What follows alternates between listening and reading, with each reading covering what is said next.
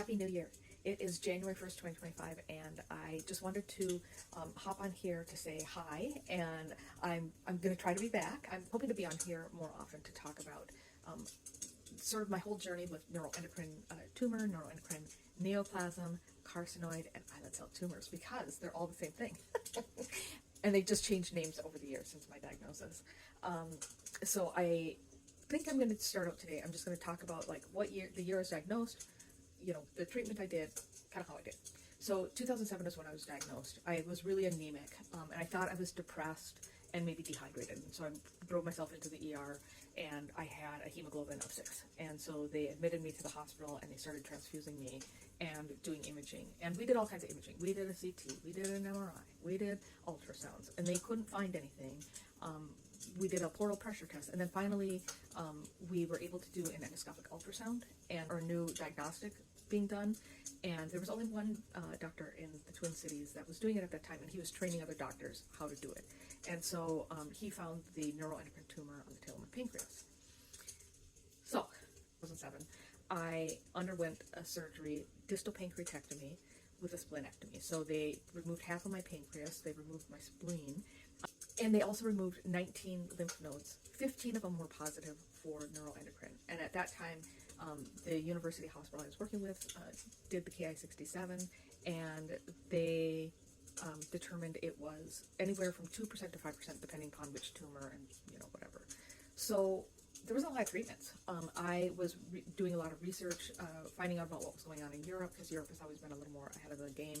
And they were all recommending like doing sandostatin, long-acting sandostatin, because that's the only thing that existed at that time, regardless if you had symptoms or not. And so I tried to bring this information to my doctor.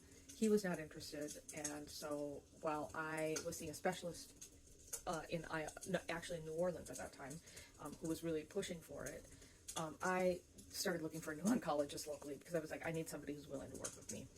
That was the bottom line. And so I, meanwhile, transferred my care from New Orleans to the University of Iowa, because turns out I had a specialist who was closer to me, and those two teams worked really well together.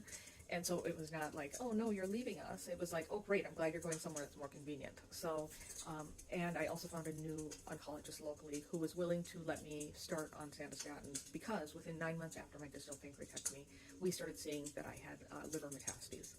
So that was kind of all the treatment I had. Sandostatin I've been on, I'm still on it. I've tried lanreotide, I can't tolerate it. Something in it makes me get big rashes.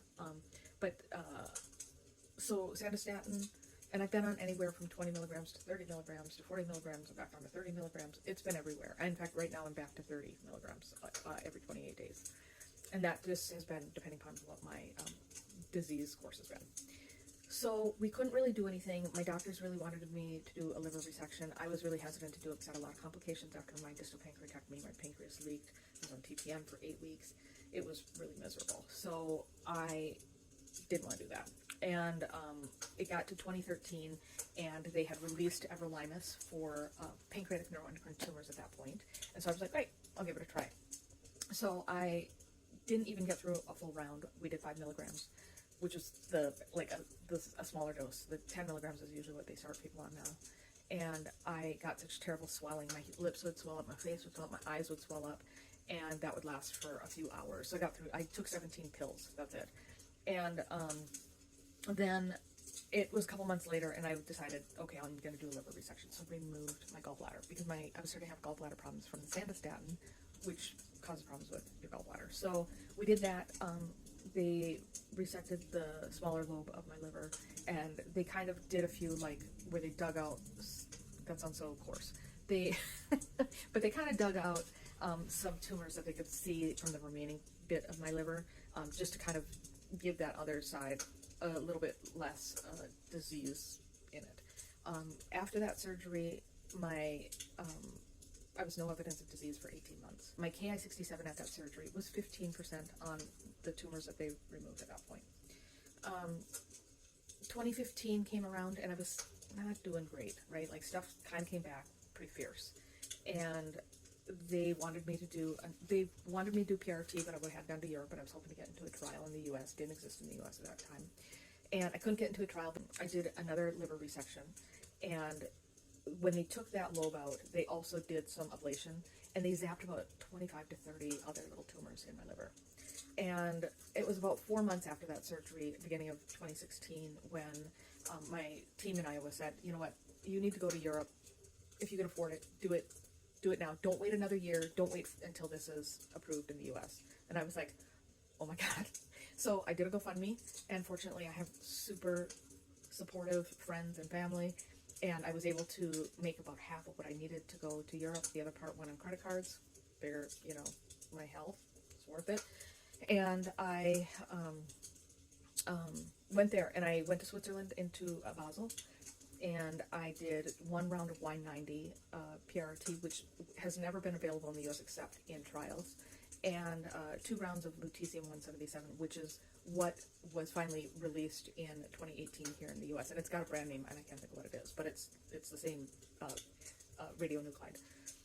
So I did that, and I never felt like I did that great. I felt like I did great after the Y90, but my tumors have always been kind of bigger and faster growing, or like, should I just say bigger, like, and came back, and we were like, that didn't really do much. So I did 2 rounds of Y90 surspheres. That's a liver-directed radiotherapy, where they put like a radioactive glass beads into your liver through your femoral artery, so they kind of fish it up through there, and then they shoot them in at the tumors. And I did that, and then I did CAPTAM, and at that time, CAPTAM was kind of the bridge to get me to a liver transplant. They started working me up for a liver transplant. They told me it would be like a year and a half before I could get a liver transplant. So I was sick after all of that, and it was about 6 months after I got listed, I got a phone call for a liver transplant. I was like, oh my God, I'm that close. Like, here I am. So I had a liver transplant in June of 2018, and then I did okay. After I had a lot of complications from the liver transplant. Like, I started having growth, not in my liver. I don't have any disease in my liver, but I started having growth. I started getting a little lesion on my pubic bone, and I started showing some lesions in the area where my new liver was attached to the hepatic artery. So in 2021, I went to Bad Burka, Germany, and I had PRRT again. And the reason I did that is because we didn't think that the lutetium would do much of anything. And so I did 1 round of Y90, and then I did 1 round of AC-225, which is actinium-225.